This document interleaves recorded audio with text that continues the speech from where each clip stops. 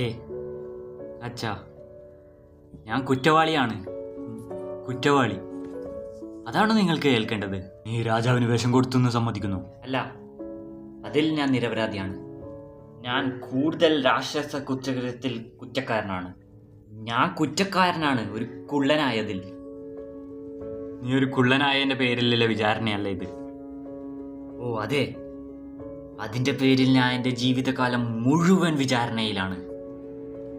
നിനക്കിതിനെതിരെ വേറെയൊന്നും പറയാനില്ലേ? ഇതല്ലാതെ മറ്റൊന്നുമില്ല. ഞാൻ ചെയ്തിട്ടില്ല. ഞാൻ ജെഫ്രിയെ കൊന്നിട്ടില്ല.